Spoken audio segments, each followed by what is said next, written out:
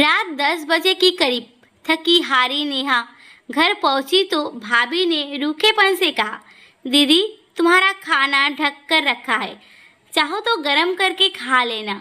नेहा ने सिर हिलाते हुए अच्छा कहा और कपड़े बदलने अपने कमरे में चली गई।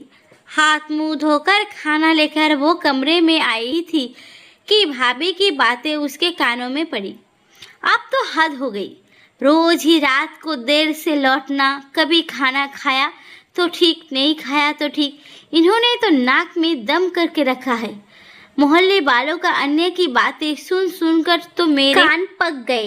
पता नहीं ऐसा क्या काम करती है, भगवान जाने कब तक छाती पर मूंग डलती रहेगी।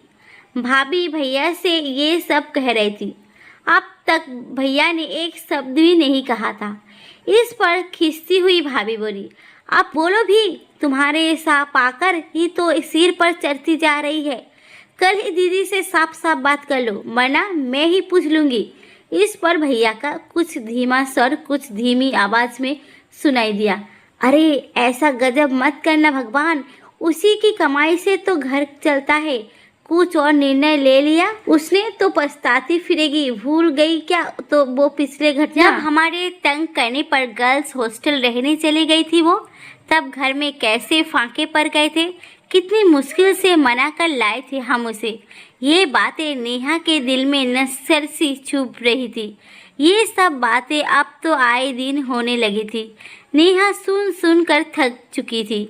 हर बार खून का घूंट पीकर वो रह जाती। उसकी भूख खत्म हो चुकी थी। उसने थाली को वापस रसोई में लाकर रख दिया और चुपचाप बिस्तर पर आकर लेट गई। नींद आंखों से कोसों दूर थी। सुबह उसे जल्दी मिसेस अग्रवाल के यहाँ पहुँचना था। दिन भर कभी ट्रेन का तो कभी बस का सफ़र करना, वो एक जगह से दूसरी जगह पहुँचना, ये उसकी दिनचर्या का हिस्सा था। नेहा फिजियोथेरेपिस्ट थी। उसे अपने मरीज के घर जाकर व्यायाम, मालिश आदि बारे में बताना समझाना पड़ता। इसके लिए उसे मुंबई जैसे शहर में बहुत भाग दौड़ करनी पड़ती थी। उसके मरीजों में कई नामी गिरामी हस्तियाँ भी थी। काफ़ी अच्छी प्रैक्टिस चल रही थी उसकी, पर इस मुकाम तक पहुंचने में उसे काफ़ी मेहनत व संघर्ष करना पड़ा। जिंदगी के 15 साल उसने इस पेशे में बिता दिए थे, तब कहीं जाकर वो इस मंजिल तक पहुंची थी। उसे काफ़ी जद्दोजहद करनी पड़ी अपने आप को स्थापित करने में। नेहा को याद आने के वो दिन जब छोटी थी, बड़े भाई के बाद हुई थी वो। खूब नाजों से पाला था उसे उसके मम्मी पापा ने। नन्ही प्यारी सी गुड़िया लगती थी वो। उसके पापा उसकी हर फरमाइश पूरी करते।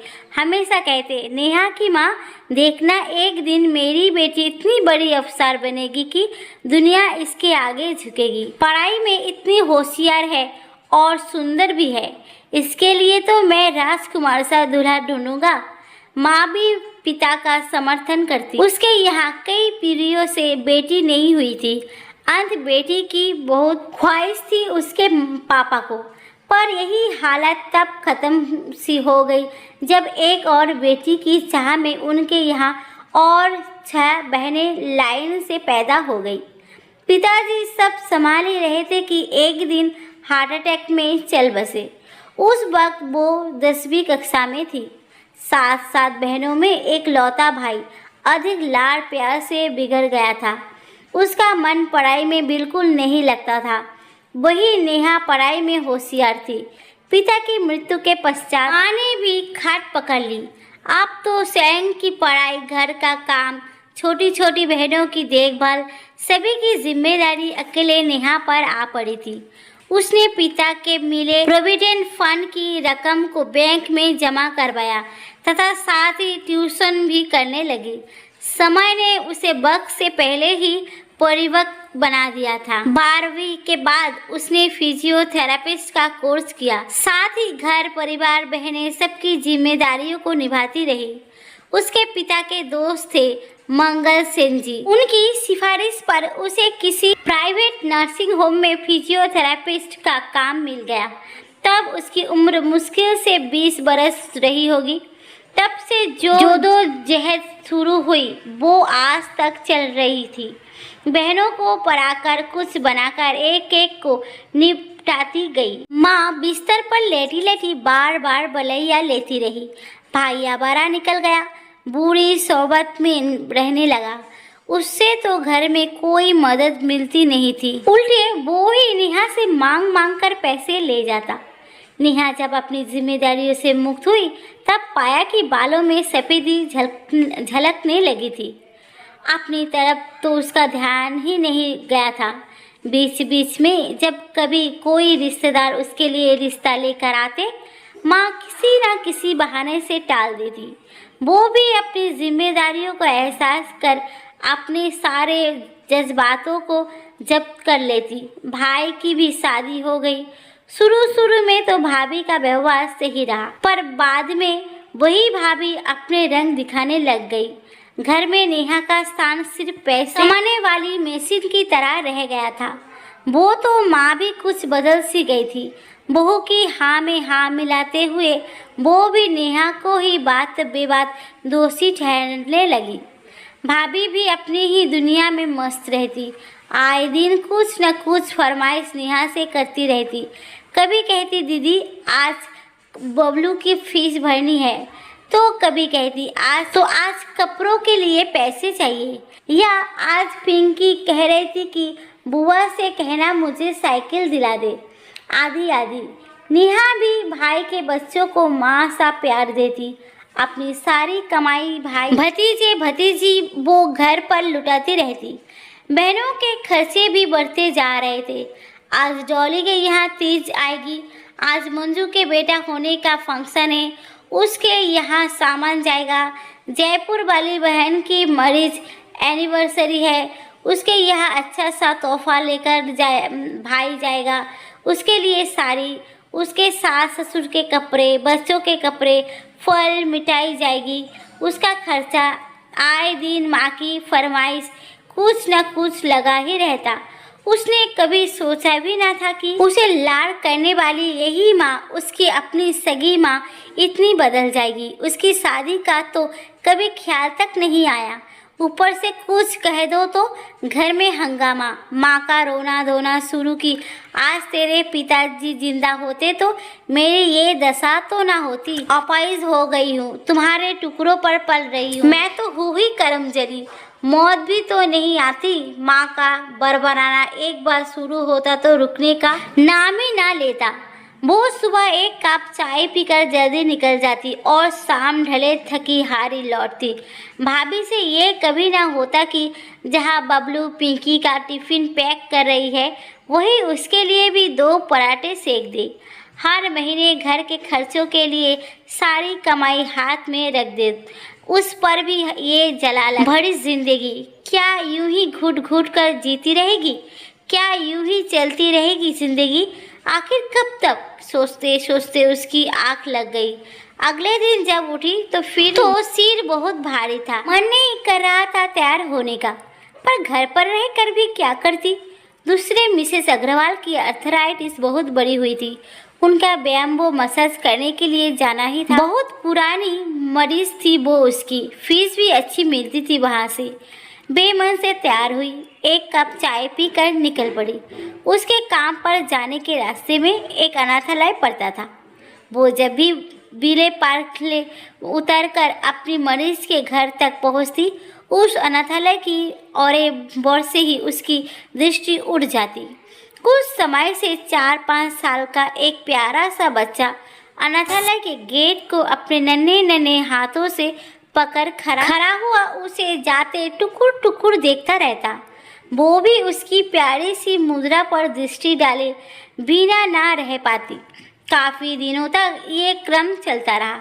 एक दिन वो कुछ ट्रॉफियाँ लेकर उस बच्चे के पास पहुंची और बैग से निकलकर उसे देने ही वाली थी कि वो घबरा कर पीछे मुड़ा और लंगड़ाता हुआ अंदर चला गया। नेहा उसकी चाल को देखकर उसकी परेशानी समझ गई और काफ़ी देर तक वहाँ खड़ी रहा। उसका मन उस बच्चे को देखकर व्यथित सा हो उठा और अनमनी सी वो वहाँ से चल दी। उस दिन अपने सारे काम तो उसने निपटाए, पर मन के किसी कोने में वही बच्चा, उसकी लंगड़ाहट, मासूम सा चेहरा आदि आंखों के सामने तैरता रहा। अगले दिन वो जब फिर से वहां से गुजरी, तब वही बच्चा उसे उसी मुद्रा में दिखाई पड़ा। वो यंत्रचालित सी उसके पास पहुंच गई। वो उसे देखकर पीछे मुड़कर लौटा नहीं। इस पर नेहा ने उसे बैग से टॉफियां निकलकर देने के लिए हाथ बढ़ाया, लेकिन बच्चे ने अपना हाथ नहीं बढ़ाया। नेहा ने कहा, बेटा ले लो। इस पर वो तुतलाता हुआ बोला, आंटी डांटेंगी। नेहा को बच्चे की इस बात से उसकी समझदारी का एहसास हुआ। उसने कहा, अच्छा बेटा एक बात बताओ, तुम्हारी आंटी हाँ कह देगी तब तो ले लोगे ना? इस पर उसने हाँ में सिर हिला दिया। नेहा ने पूछा, बेटा तुम्हारा नाम क्या है? बंटी, उसने जवाब दिया। नेहा ने फिर पूछा, हमसे दोस्ती करोगी? उस पर फिर उसने हाँ की मुद्रा में सिर हिला दिया। अब तो नेहा का ये नित्य क्रम हो गया। वो दोनों मानो एक दूसरे की प्रतीक्षा में रहते थे। नेहा के मन में मातृत्व की भावना हिलोरे लेने लगी। उसकी भी शादी हो गई होती तो उसके भी प्यारे प्यारे बच्चे होते। उसे वो बच्चे इतना प्यारा लगता कि उसे निर्णय ले लिया कि वो उसे गोद ले लेगी। उस दिन वो अपने एक मरीज, जो कि वकील थे, से में गोद लेने के सारे नियम जाने। उस दिन घर लौटने पर वो विचारों के झंझा बातों में ही उलझी रही। इस घर में रहकर तो उस बच्चे को पालना नामुमकिन था। फिर वो क्या करे, इसी कश्मकश में वो घिरी रही। फिर भी कुछ फैसले उसने कर ही लिए थे। उसने घर वालों की चोरी से बैंक अकाउंट खोल रखा था, जिसमें वो हर महीने रुपए जमा करती आ रही थी। अब तक तो काफ़ी पैसे इकट्ठे हो गए थे। उसने निर्णय लिया कि वो अपना अलग घर ले लेगी, चाहे छोटा सा ही क्यों ना हो। इस निर्णय में मानो उसे जीवन जीने की एक नई दिशा मिली। उस रात वो बंटी को लेकर अपने नए जीवन के बारे में सोचती रही। वो निर्णय लिया कि कल सबसे पहला काम वो अनाथालय की संचालिका से मिलने का करेगी। अगले दिन जब वो उठी तो बहुत खुश थी। उसे यूँ लग रहा था कि मानो सूरज की किरणों में भी उसकी खुशी में साथ देकर दमक रही थी। वो तैयार होकर निकली। वो अनाथालय जा पहुंची। बंटी हमेशा की तरह अनाथालय के गेट के पास खड़ा था। उसे लेकर वो अनाथालय की संचालिका के पास जा पहुंची। वो बंटी को गोद लेने की अपनी मंशा उसने जाहिर की। उसकी आर्थिक स्थिति, कामकाज आदि के बारे में विस्तृत जानकारी पूछी। इन सबसे संतुष्ट हो उसे कुछ औपचारिकताएं पूरी करने के लिए अगले दिन बुलाया गया। उस दिन उसने अपनी पहचान के बिल्डर से मिलकर एक फ्लैट खरीदने की बात की। वो अग्रिम राशि के रूप में रकम जमा करवाने की बात हो गई। फ्लैट भी वो देख आई। फ्लैट का कब्जा भी उसे जल्दी ही मिल जाना तय हो गया। आप समझता ये थी कि दिन भर बंटी के पास कौन रहेगा, कौन से स्कूल में उसे दाखिला दिलाना सही रहेगा, उसका भी प्रबंध उसने कर लिया। पूरे दिन की आया का इंतज़ाम हो गया। स्कूल भी घर के पास ही था।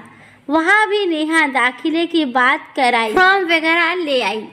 अब बस बंटी का संरक्षण मिलते ही वो उसे घर लाने को आतुर थी, अपनी एक छोटी सी दुनिया शुरू करने के लिए, जिसमें वो होगी और मातृत्व की कमी पूरा करने के लिए बंटी होगा। उसे बेटा मिलेगा और बंटी को माँ। उस रात घर आकर उसने अपने निर्णय से घर वालों को अवगत कराया। सबके चेहरे पीले पड़ गए। भाई व भाभी ने बच्चों की दुहाई दी। कहा, क्या तुम्हारे भतीजे भतीजी तुम्हारे अपने नहीं हैं, जो पराया बच्चों गोद लेने की सोच रही हो? वो जिसकी जात का पता नहीं, माँ बाप का भी पता नहीं। खूब रोना धोना हुआ। उसे तरह तरह से समझाया गया, रिश्ते की दुहाई दी गई, उसके दायित्वों का एहसास कराया गया। साम दाम दंड भेद सब कुछ भी काम ना कर सके। तब माँ ने रोना शुरू कर दिया। नेहा तब भी नहीं पिघली। उस दिन उसने पहली बार अपना मुंह खोला। किन रिश्तों की दुहाई दे रहे हैं आप लोग? मैं तो सिर्फ पैसा कमाने की मशीन हूँ। मेरे दर्द को कभी समझा आप लोगों ने? मेरी भावनाओं की कदर किया क्या आप लोगों ने? मैं तो छाती पर मूंग दल रही हूँ ना आप लोगों के। मेरी वजह से मोहल्ले में आपकी झिझोलेदार होती है ना। मैं भी कभी विवाह योग्य थी क्या? मेरी चिंता हुई थी आप लोगों को? कहने को ये मेरी माँ है, पर इस 35 सालों में इन्होंने मेरे साथ जैसा व्यवहार किया वैसा तो सौतेली माँ भी ना करती। फिर भाभी के लिए तो क्या कहूँ, वो तो पराए घर की लड़की है। मेरा ये भाई, जिसे भाई कहने में भी शर्म आती है, क्या दायित्व निभाया इसने भाई होने का? जब से होश संभाला है माँ तुम्हारी गृहस्थी पाल लगाती रही है ना। तुम्हारा ये लाडला संभाल लेगा। अपनी जिम्मेदारी तब सारे नेक पूरे करवाना अपनी बेटियों के, जो मुझसे करवाती रही, जिन बेटियों का पक्ष लेकर मुझसे लड़ती रही। अब आए ना वो आप लोगों को संभालने। आपकी बेटियों ने भी जैसा व्यवहार मेरे साथ किया दुश्मन भी ना करता। सुबह से रात तक काम में अपने आप को डुबाए रखा और समय ही बुरा बना दिया मुझको। क्या मेरे कुछ अरमान नहीं हो सकते हैं क्या? इसके बारे में सोचा कभी आपने? बहुत जी ली आप लोगों के लिए। अब जीऊंगी सिर्फ अपने लिए और अपने बेटे के लिए। सभी को अवाक छोड़ वो अपने कमरे में आई, अपना सामान समेटा और अगली सुबह का इंतजार करने लगी। अब वो भी अपने छोटे से आसिया में अपने बेटे के साथ रहेगी। अगली सुबह जब वो सूटकेस लेकर अपने कमरे से बाहर निकली तो देखा बैठक में पूरा परिवार जमा था। बच्चे सहमे हुए से खड़े थे। भाई ने बोलने के लिए मुंह खोला ही था कि तपाक से नेहा ने कहा, बस मुझे और कुछ नहीं सुनना। मेरा निर्णय अंतिम निर्णय है और इसे मैंने बहुत सोच समझ कर लिया है। बच्चों की पढ़ाई के लिए मैंने बैंक में पैसे जमा करवा दिए हैं। ये लो पासबुक और चेकबुक। मैं नहीं चाहती कि आपके साथ ये निर्दोष भी सजा भुगते। और ये कहकर अपना सामान लिए वो तीर सी निकल गई। सबको अबाक छोड़कर थोड़े दिनों तक वो हॉस्टल में रही। इस बीच उसे प्लाट का कब्जा मिल गया। घर का ज़रूरी सामान खरीदकर घर को व्यवस्थित किया। अनाथालय जाकर सारी ज़रूरी उपचारिताएं पूरी की और बंटी की उंगली पकड़कर आ गई अपने घर। बंटी घर आकर बहुत प्रसन्न था। कहने लगा, आंटी ये घर तो बहुत सुंदर है। इस पर नेहा ने बंटी से कहा, आज से मैं तेरी आंटी नहीं माँ हूँ बेटा। बोल माँ। बंटी ने कहा माँ। नेहा ने उसे सीने से लगा लिया। उसकी आंखें नम थी। ये खुशी के भावात्मक संकेत था। नेहा ने निश्चय किया कि वो घर पर ही ज़्यादा से ज़्यादा मरीज देखा करेगी ताकि बंटी के पैर को भी ठीक कर सके। अच्छे डॉक्टर को दिखाकर उसने बंटी की तकलीफ के बारे में जाना और सही व्यायाम मालिश आदि करना शुरू कर दिया। बंटी अब काफ़ी ठीक हो चला था। उसका स्वास्थ्य भी अच्छा होने लगा। नेहा खुश थी अपने छोटे से संसार में अपने बेटे के साथ। कहानी अच्छी लगी हो तो लाइक करें, कमेंट करें, मेरे चैनल को सब्सक्राइब करना ना भूलें। धन्यवाद।